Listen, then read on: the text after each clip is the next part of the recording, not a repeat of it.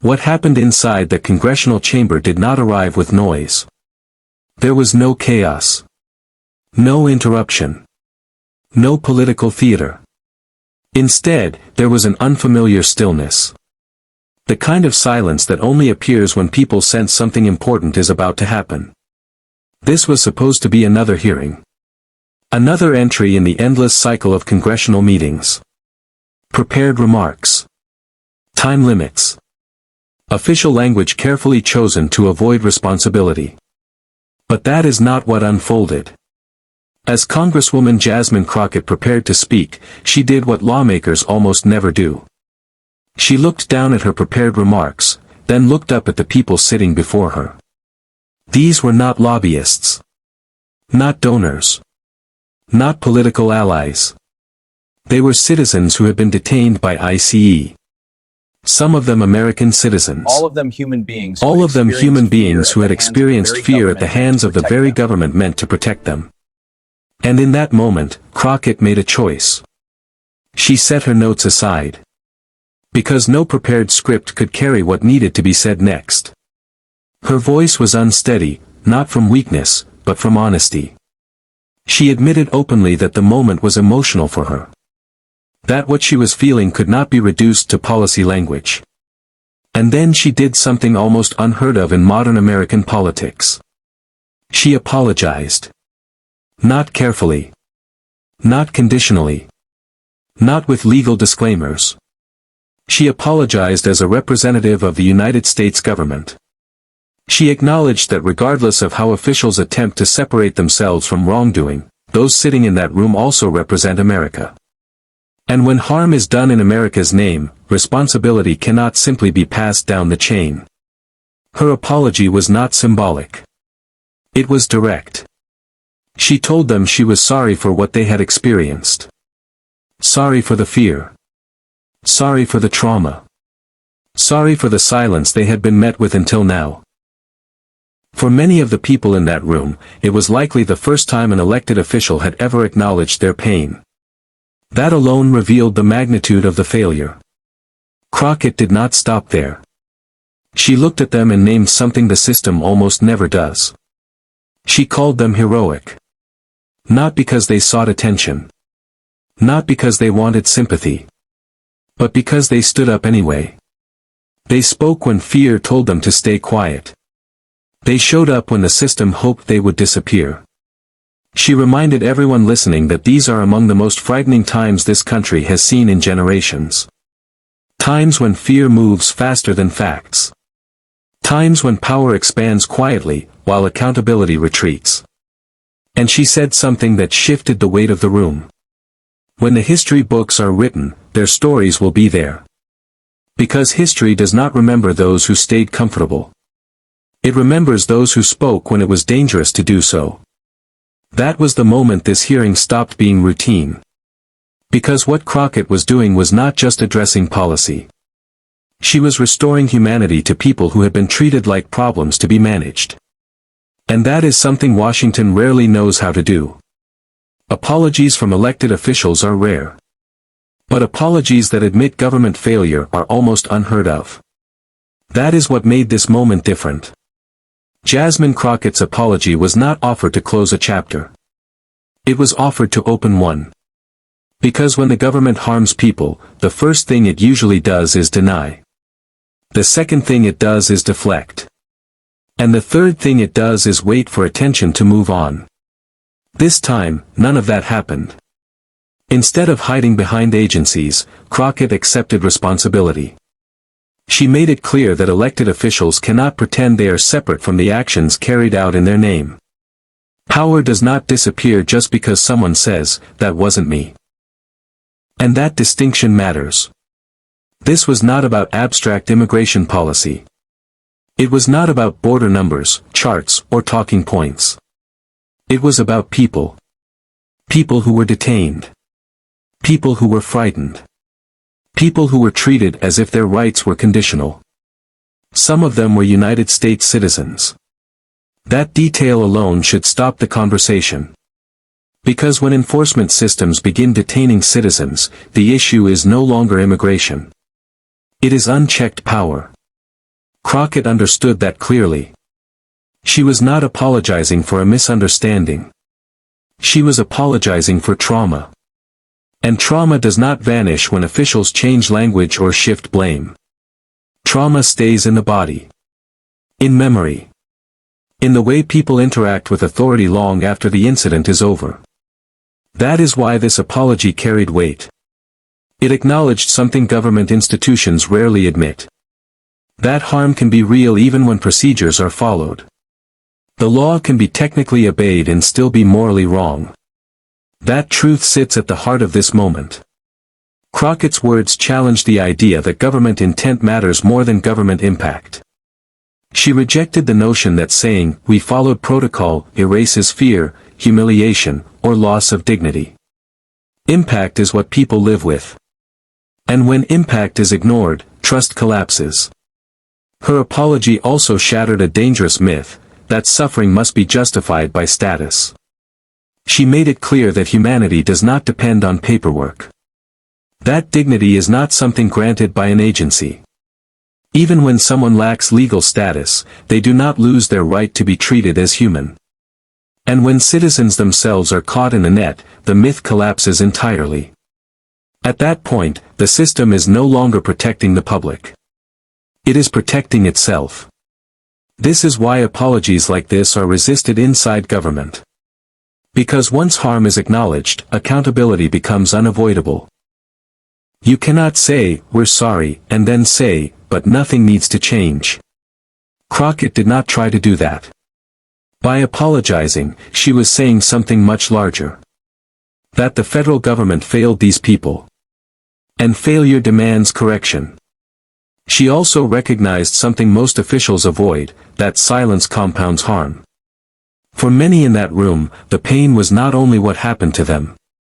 It was the fact that no one in power ever acknowledged it. Silence communicates approval. And when government stays silent, injustice learns that it can survive. This apology broke that silence. It told those affected that what they experienced was not imagined. Not exaggerated. Not inconvenient. It was real.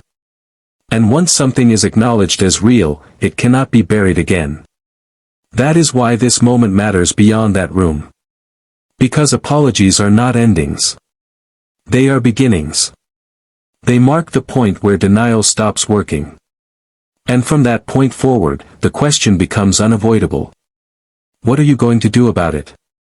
After acknowledging the pain in the room, Jasmine Crockett shifted the focus inward, toward the system itself. She explained why she did not remain only a lawyer. In a courtroom, a lawyer fights case by case. One person at a time. One injustice at a time. But the courtroom cannot stop a broken system from producing new victims tomorrow. Crockett said that arguing individual cases eventually begins to feel like placing bandages on a wound that is never treated at its source. She became a lawmaker because she wanted to change the rules that allow harm to repeat itself. And what she sees now is not simply policy disagreement. It is a collapse of courage. She pointed out that elected officials often hide behind process. Behind committees. Behind agencies. They say, "This is complicated." They say, "This is how it's always been done." They say, "My hands are tied." But none of those excuses comfort people who have been detained, frightened, or traumatized. Crockett rejected the idea that this issue belongs to one political party. She framed it plainly. This is not left versus right. This is right versus wrong. She challenged how moral language is used in politics. How values are proclaimed loudly, until they require sacrifice. She questioned how anyone can claim religious or ethical authority while defending the mistreatment of human beings in custody. Laws, she argued, do not absolve cruelty. Procedure does not excuse dehumanization. When lawmakers lack the courage to confront injustice, systems fill that vacuum with abuse. And that is how harm becomes normalized. Then Crockett did something many politicians avoid. She reached into history. As a black woman, she said she cannot witness modern enforcement practices without thinking about slave patrols. She did not say this to shock. She did not say it to accuse. She said it because history repeats itself when people refuse to look at it honestly. Slave patrols began with justification. They were framed as necessary, as protective, as orderly. But their power expanded. They stopped being about their stated purpose and became about control. Crockett explained that enforcement systems follow a pattern. They start with fear. Fear justifies expansion. Expansion erodes restraint. And eventually, innocent people are swept in. This is not theory. It is documented history.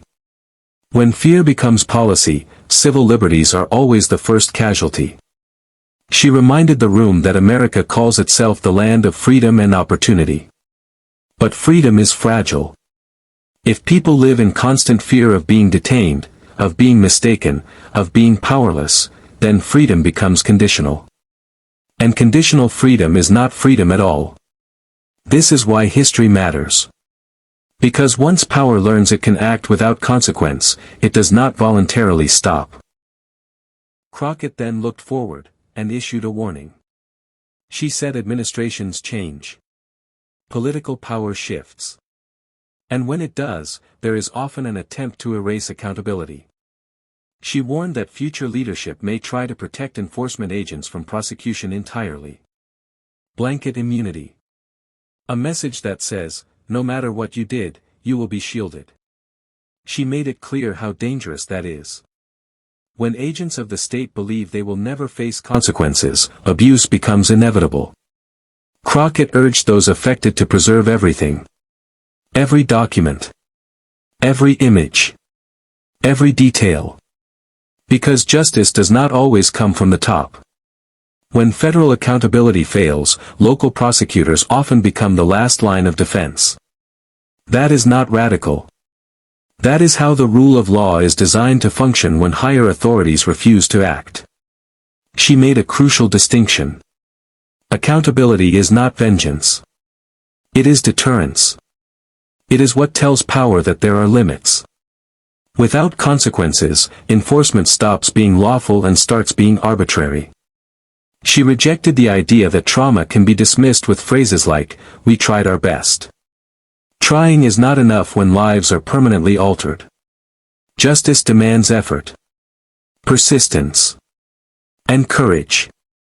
As she closed, Crockett returned to something fundamental. Unity. She said she does not care about race. She does not care about skin color. She does not care about country of origin. America is a nation of immigrants. Division, she warned, is the tool that allows injustice to survive. It keeps people fighting each other while power avoids scrutiny. Unity is not weakness. It is resistance. Her apology was not the end of her message. It was the beginning. It acknowledged that government power, when unchecked, can cause deep and lasting harm. And that acknowledging harm is not an admission of failure. It is an act of responsibility. Because democracy is not measured by how it treats the powerful. It is measured by how it treats the vulnerable. Especially when no one is watching. Especially when fear is convenient. The people who spoke at that hearing were not asking for special treatment. They were asking for recognition of their humanity. And Jasmine Crockett's apology did something rare. It said, "We see you. If accountability matters. If dignity matters. If humanity matters.